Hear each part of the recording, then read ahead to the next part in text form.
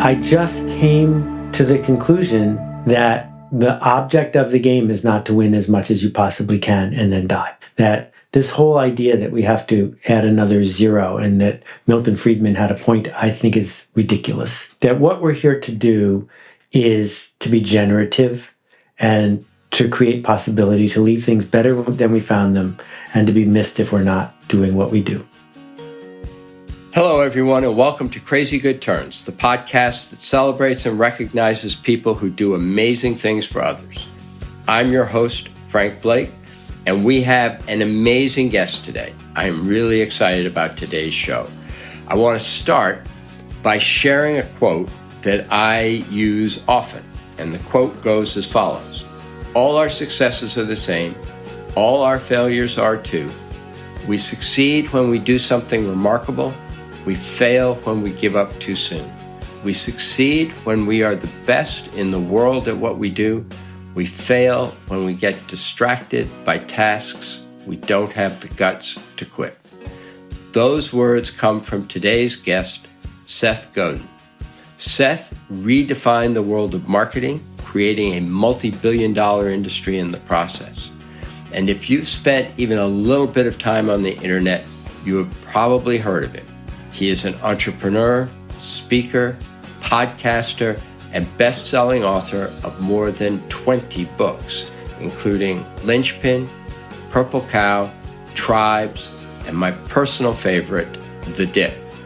In fact, the passage that I just read at the start comes directly from The Dip. That book was first published around the time I was starting out as CEO at Home Depot, and it had an enormous impact on me. And as you'll hear in our show, The Dip remains every bit as relevant today. Within this episode, Seth will offer his thoughts about The Dip and how it came to be. He'll explain the through line that connects all of his books and businesses, and he'll talk about the generative cycle of contribution. I love that phrase, the generative cycle of contribution, and the importance of leaving things better than we find them. There is a lot of exciting material in the conversation ahead, so let's get right into it. Here's our interview with Seth Godin. So Seth, it is a great pleasure. It's actually a privilege to have you on Crazy Good Turns. Thank you for making the time to join us. Oh, it goes back to you. First, for all the stuff in my house that I bought at your store, but secondly, because of the way you are showing up in the world. You don't have to do this. You're more than 100 episodes in, over and over and over again, turning on lights. So you don't hear it from your listeners often enough. Thank you, Frank, for doing the work. Thank you, Seth. So I want to start with a thank you to you, because you wrote a book in 2007, so it was roughly around the same time I was starting as CEO of Home Depot, and the book was titled The Dip, and it's an absolutely terrific book. It's hugely helpful. It helped me enormously, and rather than my going on about a description on it, maybe just start turning it over to you. What was the prompt behind the book, and the key lessons you wanted to convey?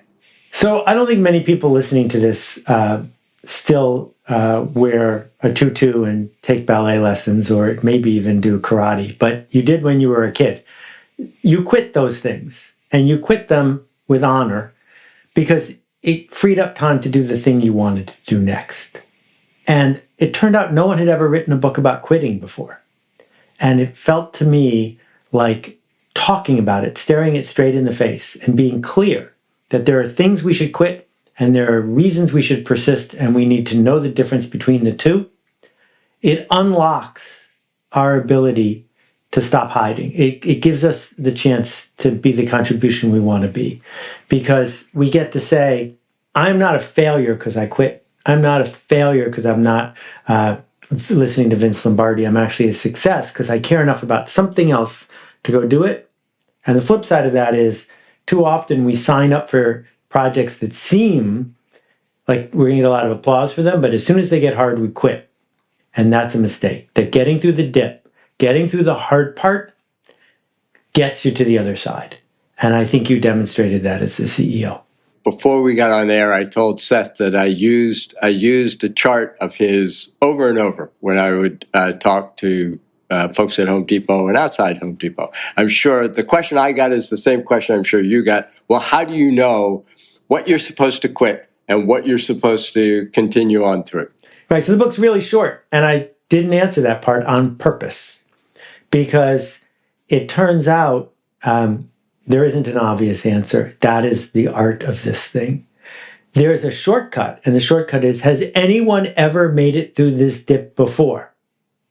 Right? And that, like, when you're taking organic chemistry in med school, it's really, really hard. It's hard on purpose, not because you need organic chemistry to do most forms of medicine, but because it's to separate the people who can do the work from the ones who can't.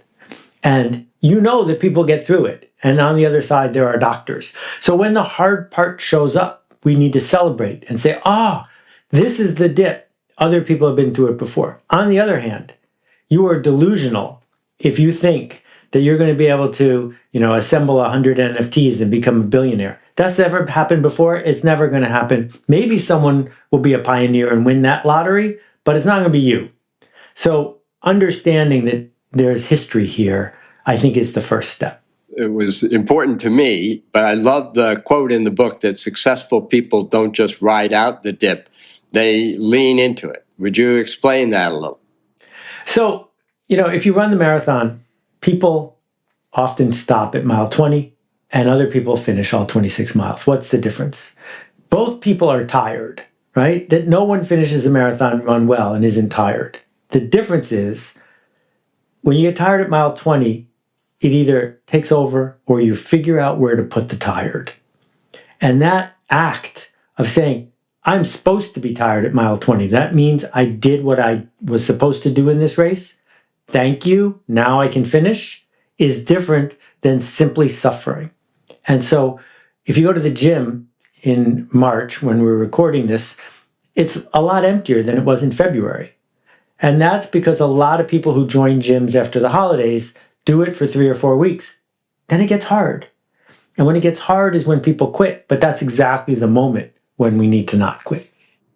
So I have huge admiration for people like yourself who can put big thoughts into comprehensible commentary. And I'm curious how much of it comes from your own experience or observing others. And in the case of the dip, is this something that you go, I had to fight through that 20th mile, and this is what I learned, or I saw a lot of people who fought through the 20th mile? Well, I guess I have two parts to my answer. The first part is I write like I talk, and it makes it much easier to write if you do that. So we need to learn to get better at talking. And what I've built my career around is noticing things that happen to me, noticing things that happen to others, and then talking about them. And if I say it out loud and it sounds cogent, then I just have to write it down. And too often we forget to say it out loud. And so if I see something I don't understand, if there's a business in New York City that sells a certain kind of pizza slice. And I walked by at 1 o'clock in the afternoon and there were 18 people waiting in line. And how could that be? No other pizza place, and so I inquired and I looked at it and I thought about it and then I figured it out. That's not worth a blog post because the answer was sort of banal. But the point is, we are all noticers. We've been noticers since we were 2 years old, 1 year old. What are you noticing? Say it out loud and then write it down. So there's a self-description that you provided somewhere. There are so many quotes from you from the internet. It's hard to know where, but there's a great self-description where you say that you're a teacher and you do projects, which is a great description. But what's the through line? Or what do you see as the through line for all of the things that you've been doing and looking at and commenting on? I think there is. I think that some people would call me a marketer, but I don't, because I was lucky enough to be in the right place to redefine marketing when the world of marketing was changing. But it's not because I want to be a marketer, because I want to be in service of a certain kind of change. And I won the parent lottery. I won the birthday lottery. I was born with an enormous amount of opportunity. And Both my parents were philanthropists. And we, Thanksgiving would be a dozen refugees at our house for dinner. And I just came to the conclusion that the object of the game is not to win as much as you possibly can and then die. That this whole idea that we have to add another zero and that Milton Friedman had a point, I think is ridiculous. That what we're here to do is to be generative and to create possibility, to leave things better than we found them, and to be missed if we're not doing what we do. And so all of the arc of my work is basically saying, here's this thing, how can we use it to make things better? And sometimes people will misuse my words and build things that tear things down, and that bothers me a lot. Sometimes I build software projects where the goal is to help charities raise money or to connect people. They're all about the same thing, though, which is we only got one planet. We only have a finite amount of time. What are we doing to make things better? That's a great true line and perfect for our audience in Crazy Good Turns. And related to that, I'd love it if you describe for our audience a little, because I think it's a fascinating concept, your approach helping charities raise money on good bids, which is such a creative idea. Well, thank you, Frank. We're launching it in April 2024. Here's the short version. Charity auctions are broken. In the U.S., charities raise $1 billion a day from $1 billion every day from consumers, $350 billion a year, and it's a struggle. Right, and painful, not fun. It's a struggle, particularly for the people who are doing the fundraising, because they're hassling people, they're shaming people, they're doing whatever they can to get this money to do good things with. And I hate galas. I think they're inefficient and a waste of time. And one of the reasons that galas do work is because if you get people drunk enough, you can have a charity auction and maybe raise a lot of money. So the problem with the charity auction is everyone wants a bargain, and the charity wants the opposite of a bargain. So how can I put these pieces together? So Good Bids is a tool that charities will be able to use to run charity auctions online, and we made two big shifts. The first one is this. The bidding starts at $10 and goes up in $10 increments, and you can't skip a step. So we're launching with really cool things like an Apollo 11 logo patch that Neil Armstrong owned, a Bob Dylan Slow Train Coming tour jacket, a signed Grateful Dead guitar from Bobby Weir, things that are priceless. And you're going to see that this thing is going up for $40 or $50. That's impossible. Well, each bid is actually a non-refundable donation. And what that means is if you don't win, you've still made a donation directly to the charity. And if you do the math, if the bidding gets up to $900, the charity gets $80,000 because each one of those incremental bids was a donation. And we've tested it and it works. It's a pretty extraordinary thing to see happening. It's such a great idea to flip the paradigm. Yeah, I hope so. We're never sure if things like this are going to work, but it's been a year in the making. I'm working with a worldwide team of people. But the last part that's really cool is if you tell someone about it and they use your link to bid, you get a free bid in any auction of any amount. So even $1,000, you don't have to pay for it. It actually makes the charity more money when you use a free bid because it inflates the auction. But collecting free bids is a really good way for you to participate, even if you don't want to actively send $500 or $700 to a charity. And that makes it more fun. And making it more fun is the kind of thing that attracts people.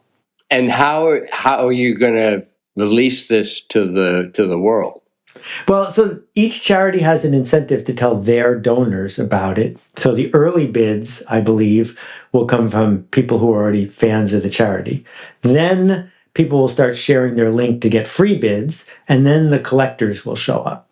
So it's a 3-tier thing. I'm going to launch the first dozen on my blog, and then after that, hopefully the flywheel kicks in and people start embracing it. That's fantastic. When I read it, I thought that is such a great idea. Thanks, Frank. That just flips the paradigm.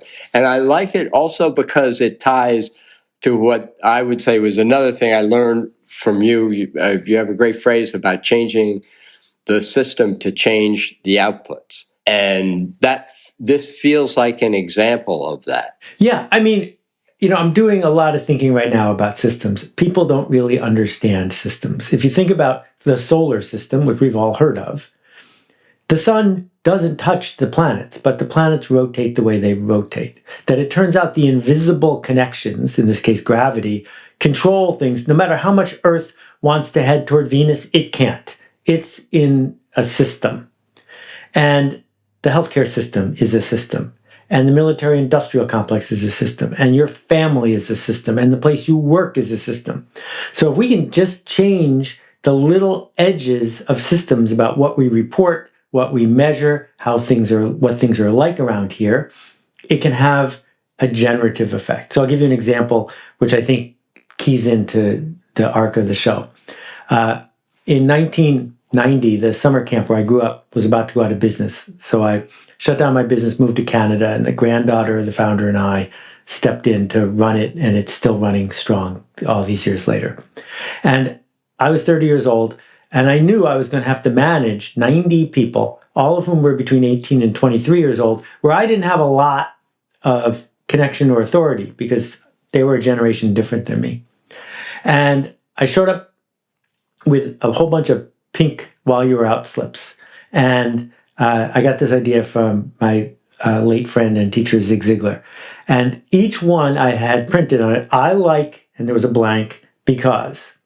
And for the first week and a half of camp, every time I found a staff member doing something right, I wrote their name and what they had done right on the pink slip, and I handed it to them. And the first few days, people are rolling their eyes. These are teenagers. I can't believe why are you manipulating me? And then I noticed on their clipboards that they carried around these little pink slips. They were just like, and then a couple of days later, some guy who has always been a troublemaker came and said, what do I have to do to get one of those pink slips? The point was we changed a tiny piece of the culture of the system, and it became contagious. And we can look at systems and see them if we want to, and then we can lean in and change the parts that are available for us to change, as opposed to just trying to change the big parts, which are out of our control. That is a brilliant lesson, so applicable, I think, both in personal life and professional life. I noticed in the Tim Ferriss Tools of Titans that he quotes you as saying, what's the thing to do? Send someone a thank you note tomorrow. Yeah. Is that the same genesis? It's very similar. And it's funny because people hear that and they say to themselves, what's the cheapest, easiest way I can hack this? I know, I'll set up an email. And then, no, that's not a thank you note. A thank you note says, I extended myself. I put time and effort into something. When you and I met for the first time half an hour ago, you didn't have to talk to me the way you did, but I received it the way you sent it to me, which is that there was real connection there, and I accepted the thank you offered me. And there are millions of ways we can do it. But what we can't do is automate it, use a third-party service, and just have emails go out. That's not the answer. So Permission Marketing was your first really big book. How did it change your life, if at all? And maybe describe for the audience what the book was about and why it changed, why it was such a had such a huge impact. So I started as a book inventor, a book producer. It's called a book packager. I did 120 books, one a month for 10 years. I had a small team of people. I wrote the first book about emojis and smileys. I did books with Jay Levinson. I did books on gardening. And so I knew the publishing world. And this book was the first book where I was like on the cover as an author. And as a result, I didn't have all of the thrill that a real author gets the first time their real book goes, because I had done this so many times before. Oh, interesting. What made a difference for me is I invented an industry that's now worth $20 billion, $40 billion a year. And I didn't own any of the industry. I was just the person who was narrating it. And to be able to get that benefit of the doubt, I think, was the key life lesson. That when I show up and talk about something else, people are inclined to listen to me, not always believe me, but listen to me because I was really right, at least once. And what I learned from that is it often it pays to treat somebody else as if they had done that, even if they haven't. Right? So like here I am talking to you. We've never met before. Your professional resume is extraordinary. But I can talk to you without knowing that by assuming your professional resume is extraordinary. If we make that assumption, everything in the conversation is going to go better. You can always go back to distrusting somebody later. But for now, give them the benefit of the doubt. And it has struck me that you've remained an incredibly influential voice on the internet, really, from the 1990s on. I'm curious to get where do you think the state of things are? Has the internet fulfilled its promise or in the process of fulfilling its positive promise? Unrelentingly negative? Where are we? Oh, so a few things. I'll tell you about my biggest mistake, but before that, in 1840, the King of Sardinia said to Charles Babbage, I don't understand why the telegraph would be worthwhile. What on earth would be useful about being able to send someone a message very quickly? And only 15 years later, the telegraph completely rewired the world, right? When the internet showed up, there were a whole bunch of promises being made. We forgot that a whole bunch of other things we didn't anticipate would come. The biggest mistake I made was imagining that giving everyone a microphone would be an unalloyed good thing. And it turns out, as we've seen, that when you give trolls a microphone, sometimes they yell and scream. And a lot of our unhappiness is coming not because the world is significantly worse than it was, but because we're surrounded by people who make a profit by telling us how bad everything is. And so a little of my optimism was out of reach, was wrong. But I think this is the very beginning. AI is the biggest shift in our world since electricity, and we have no conception of how much it's going to change things. And I think that when we connect a lot of people and add to it a narrator and a connector that works for us for free for 24 hours a day, if we are smart, we will be able to produce something of extraordinary value. And if we are not careful, we will simply become serfs who work for the giant system. I'm hoping for the former. So explain a little bit the narrator and that was fascinating comment. Explain it a little bit. Okay, so let's think a little bit about retail for a second. If the first thing we had built when John Wanamaker was around was online shopping, and then John Wanamaker said, you know what I'm going to do? I'm going to build a giant building, and I'm going to fill it with stuff, some of which is perishable, and I'm going to wait for people to decide they want that stuff, who will then come to my building. That's insane, right? It doesn't make any sense. And it's the coordination that enabled Amazon to become Amazon. They don't have any other secrets. Their secret is they connect a very limited amount of stuff in their warehouse to an enormous number of people. And by going out on the long tail, the efficiency goes through the roof. Well, we're not doing that with almost anything else in our world. We're not doing it with travel or with the resources we expend. We're not doing it with the way we educate people. Everything is still based on the John Wanamaker model of let's build a palace and hope that people come and take what they need, as opposed to finding people who have something and someone who needs it, connecting them. How do we build these efficiencies in place that still embrace the choice that markets offer, but add to it something that becomes spectacularly more efficient? Like private cars make zero sense. Why do we have private cars? Once a car knows how to drive itself and park itself, you don't need it. It will just come for you and the 100 other people who share that car, et cetera, et cetera. All of that's going to happen. It's probably going to happen in our lifetime. And when we then add to it, where's somebody who's hungry? Where's someone who's lonely? Where's someone who has a health issue? How do we get those people connected with people who are ready to help them? And there's nothing keeping us from doing that, and we really need to. Right. And do you see people who give you confidence, who are focused on that now? Most of the people who are famous in Silicon Valley stopped evolving after they read Ayn Rand when they were 14 years old. And they are or Seneca in their 20s. Yeah, exactly. And they are building things that other people are turning on their heads in an interesting way. The question when we think about the arc is, does it actually bend toward justice? Does it actually bend toward creating cohesion? And my feeling is that breaking news and all the trauma that's thrown into our front door every day makes us feel bad, but it also has a positive side effect, which is that it's very hard to isolate yourself from the people around you ever again. That you can go build a compound in Hawaii, but you're not going to be able to survive an apocalypse. And so when we see these opportunities showing up, maybe it begins with an Airbnb. Oh, I can make a little bit of money. But then it turns into a club of 40 people in Brooklyn who found themselves only because of this network. And those 40 people are finding meaning simply because they had been strangers next door to each other and now they're not. And what we get to do is build new systems using these tools because the tools are available to everybody. And the source of positive community versus sometimes it feels like we're in negative communities.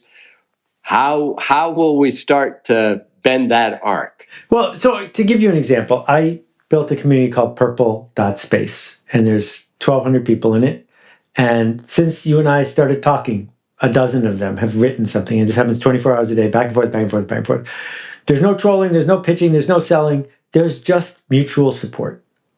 And how many of us could build something like that? And what happens when one of those connects to another one of those?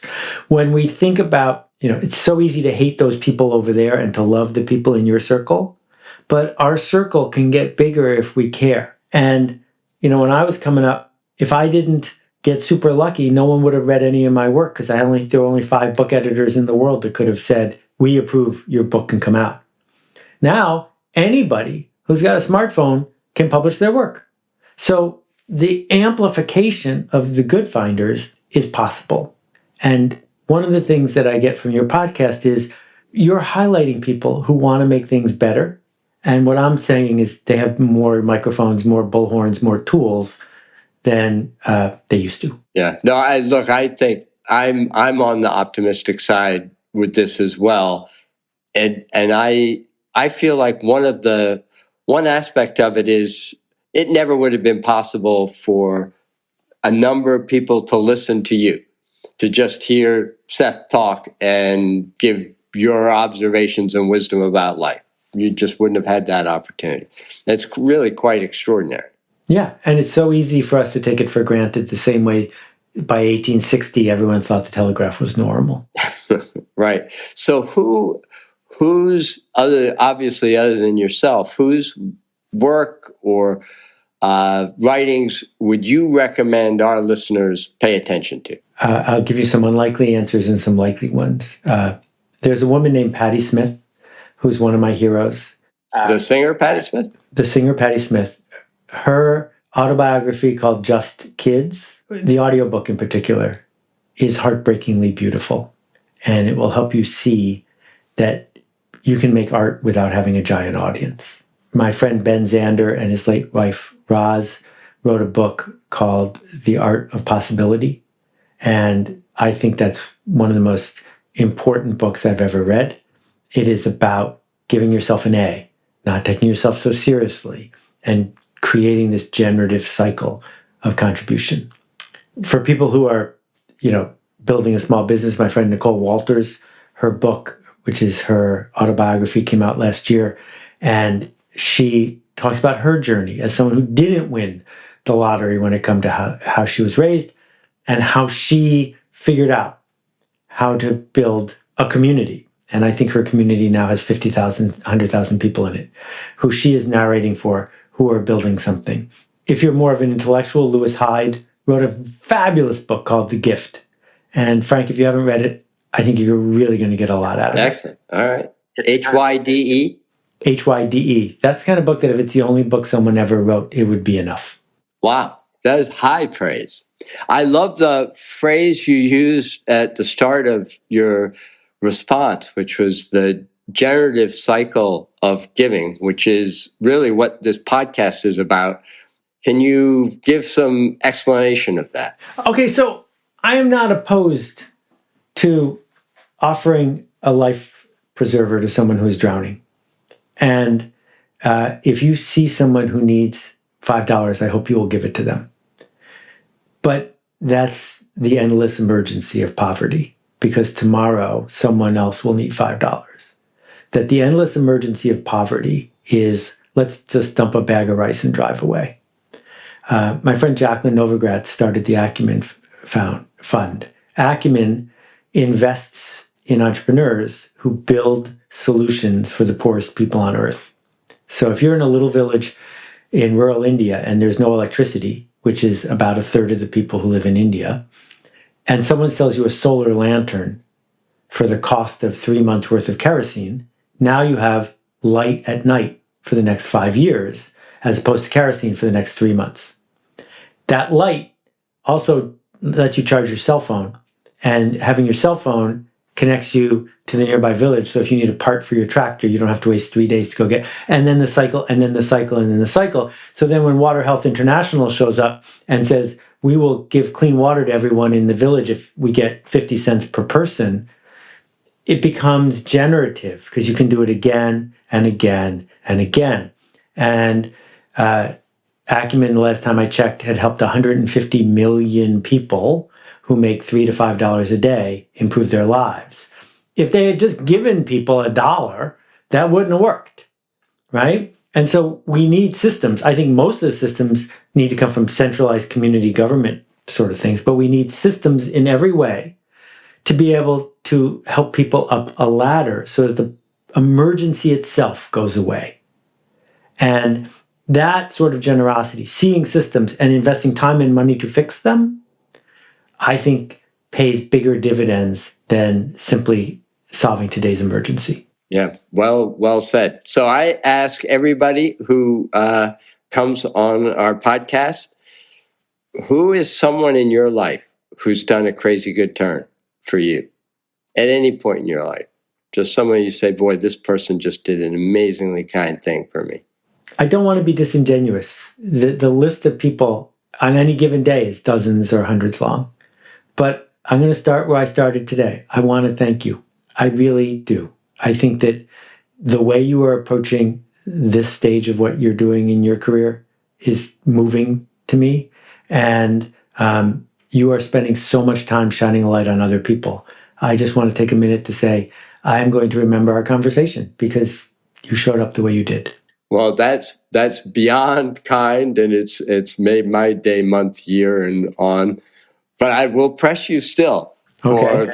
There's someone who you say, boy, for whatever the size of the audience of this podcast, I'm going to shine on this person who did something great for me.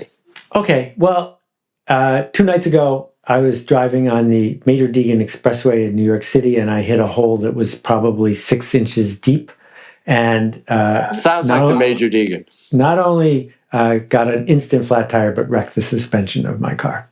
And there's only one company that's allowed to tow your car on the Major Deegan.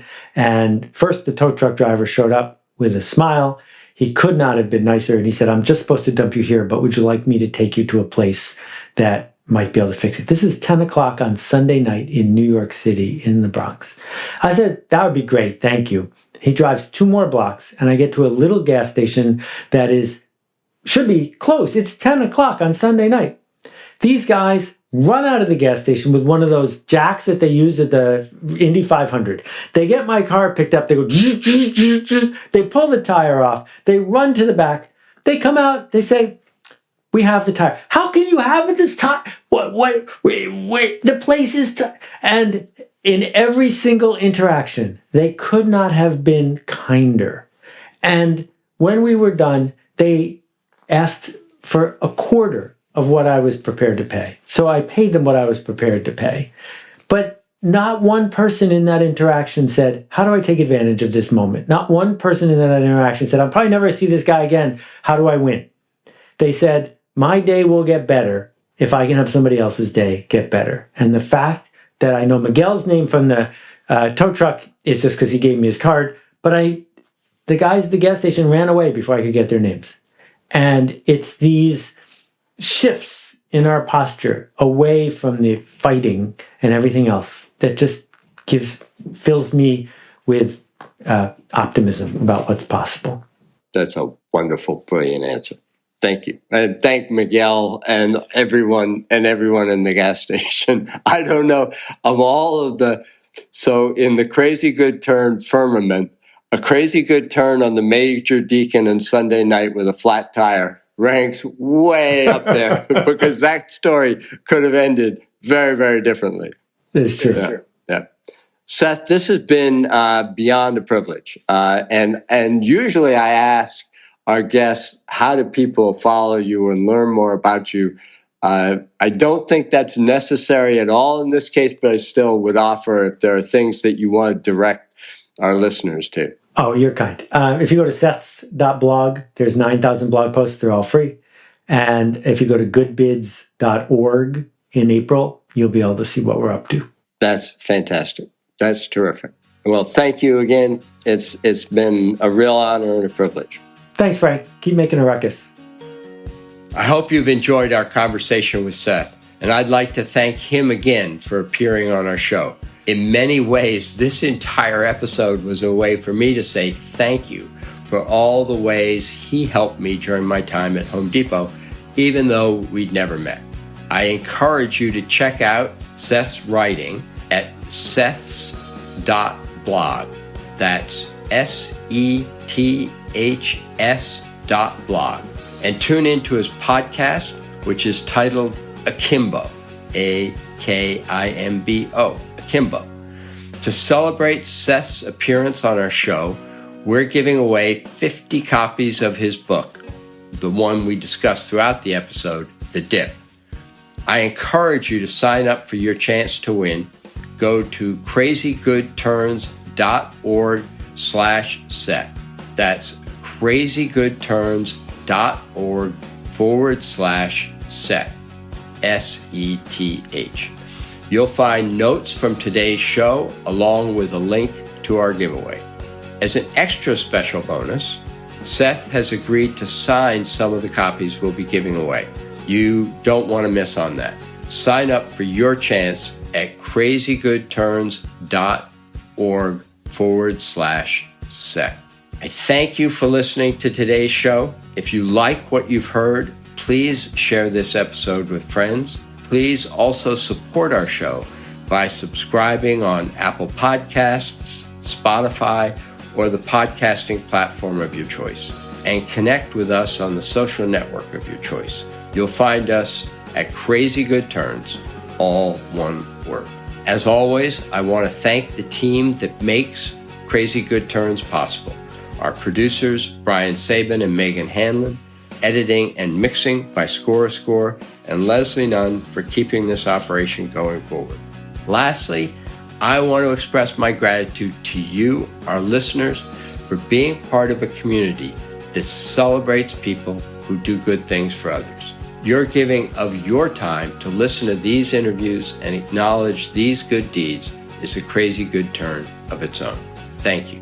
Hope to see you again soon in our next episode when we celebrate another crazy good turn.